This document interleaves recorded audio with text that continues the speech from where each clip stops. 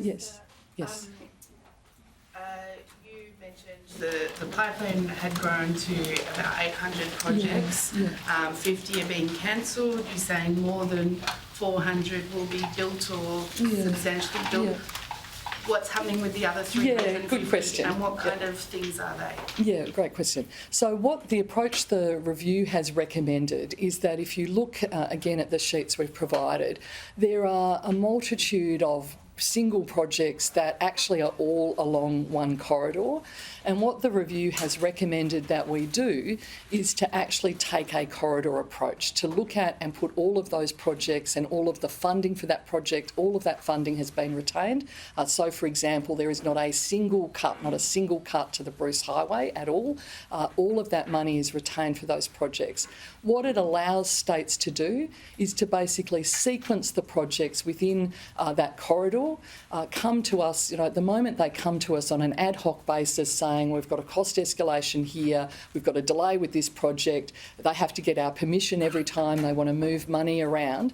We're saying we don't want that to happen anymore. We want states to be able to manage those projects better, streamline the administration, sequence those projects and then see it as a rolling series so that when that money starts to expire, the states will come to us as part of the budget process and seek further money for those corridors. They are very important arteries of our nation. They are particularly freight routes, connect our great cities and our great regions together, but that is the approach the review has recommended. So the reduction, a large part of the reduction has been rolling those into those corridors, but we've still listed all of those projects so you could see that they were still there.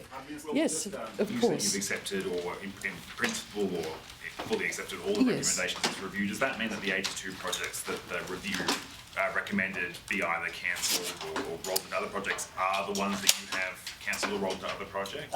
In the main, but we have gone back once we've received the review. We have gone back, and I know you were all saying, why is this taking so long? The reason it took a little longer is we've then had to go back, test the propositions in the review, test the information that was given to us in the review, with that held again by states and territories, work with them to negotiate, where they still felt there was a priority project. We have then, either accepted that recommendation from the states or accepted the recommendation of the review. So that's how it's worked. But if you look at it, 50 are cancelled. There were 31 recommended either for cancellation or de-scoping in the review that we have actually rolled into the corridors, and that gets you pretty close, I think, to the 82.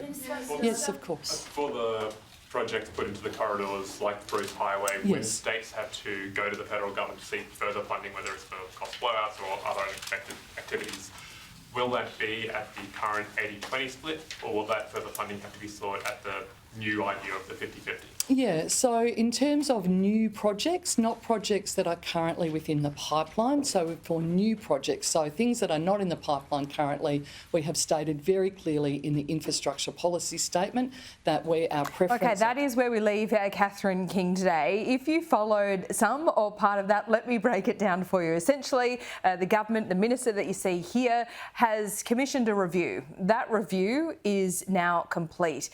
And essentially, it recommends that 82 projects be cancelled so that money can be rolled into what is seen as more critical projects right across the country.